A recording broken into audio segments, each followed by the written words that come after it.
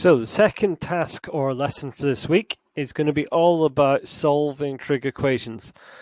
But there's quite a bit of work we need to do before we actually get to our first equation. The first thing we need to do is to understand the different graphs. So here I've got all three graphs printed out.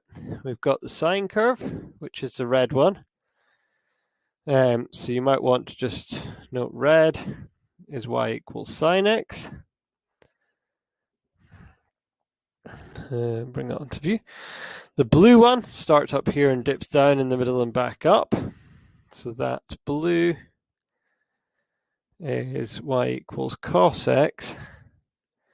And finally, the green graph here is tan x, because it's not got the same wave shape. It goes shooting off and then reappears. So we've got those graphs. Now, there is an important thing we're going to notice about these graphs, and this is going to help us. There's going to be two approaches we take to solving equations, but one of those approaches is going to involve the following observations.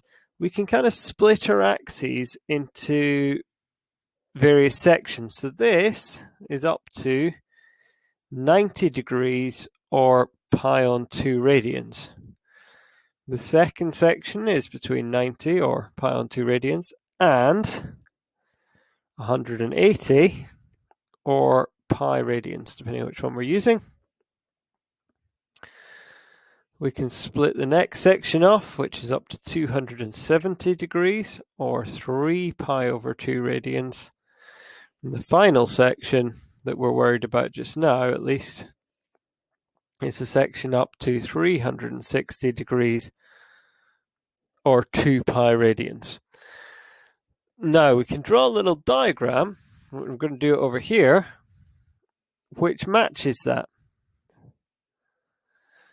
And it starts at 0 degrees, and we have 90, 180, 270, and 360 is a full turn, and we're back to where we started.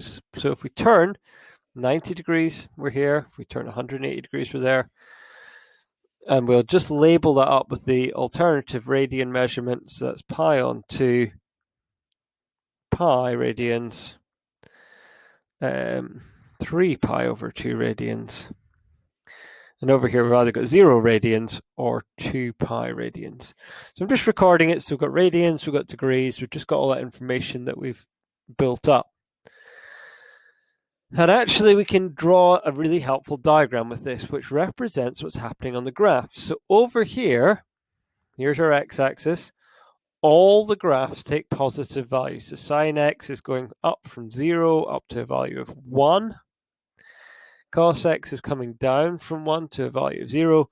And tan x is going from 0 and shooting off. So all my values are positive here. All my graphs are take positive values in that region there. So we're going to write a big A because all our graphs are positive. This section here, the sine graph, which is the red one, has positive values. It's going from 1 and it's dipping down and hitting 0. So sine is positive up here.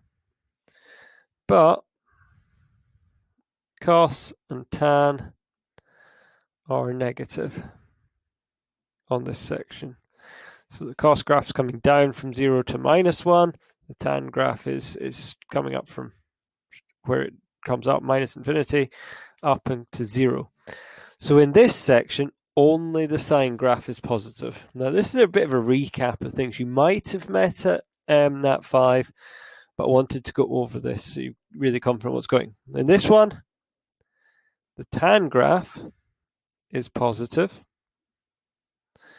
And then down here, the sine graph is this red one, so sine, and the blue graph, which is cosine. So sine and cos, negative. And back on my diagram, I'm only recording the ones that are positive. So tan over here is positive, the other two are negative. Final section of my graph, the cos graph here is positive in this section. but the red and the green graph or sine and tan are negative.